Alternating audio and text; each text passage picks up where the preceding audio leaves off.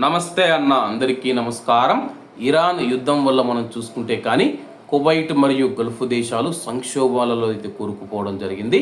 అలాగే ముఖ్యంగా ఈ యొక్క సంక్షోభాల విషయానికి వస్తే కానీ కువైట్ మరియు గల్ఫ్ దేశాలకు సంబంధించిన ఏదైతే విమానయాన రంగం ఉందో పూర్తిగా దెబ్బతినిందని చెప్పేసి, ముఖ్యంగా కువైట్ ఎయిర్పోర్ట్ విషయానికి వస్తే కానీ కువైట్ ఎయిర్పోర్ట్లో ఇంధన ట్యాంకులు ఏవైతే ఉన్నాయో విమానాలు కువైట్ ఎయిర్పోర్ట్కు చేరుకున్నప్పుడు ఇంధనాన్ని అయితే ఆ యొక్క విమానాలకైతే ఎక్కిస్తూ ఉంటారనమాట. అంటే ఇంధనాన్ని వేయడం వల్ల ఆ యొక్క విమానాలు నడుస్తూ ఉంటాయి.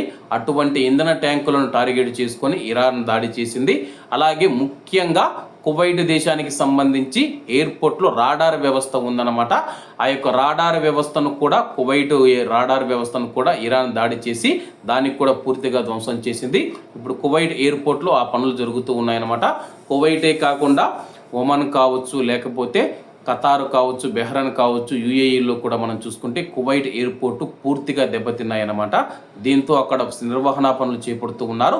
యుద్ధ ప్రాతిపదికన పనులు పూర్తి చేసి ఎయిర్పోర్ట్లు ఓపెన్ చేయాలని చెప్పి ఆయా దేశాలు భావిస్తూ ఉన్నాయన్నమాట. ప్రస్తుతం కువైట్లో విమానయాన రంగం మనం చూసుకుంటే వేల కోట్ల రూపాయల నష్టం వాటిల్లిందని చెప్పేసి, అలాగే ఇక నష్టాన్ని అంచనా వేయడానికి ఒక కమిటీని కూడా ఏర్పాటు చేయడం జరిగిందనమాట. అలాగే అన్నిటికంటే ఎక్కువ నష్టపోయింది ఏంటంటే కానీ యుఏఈ అనమాట. యుఏఈకి టూరిస్టులు, పర్యాటకులు ఎక్కువగా వస్తూ ఉంటారనమాట. ఈ యొక్క యుద్ధం వల్ల టూరిస్టులతో ఎప్పుడు కలకలలాడుతూ ఉన్న యుఏఈ మనం చూసుకుంటే జనాలు లేక, టూరిస్టులు లేక వెలవెలబోయిందనమాట.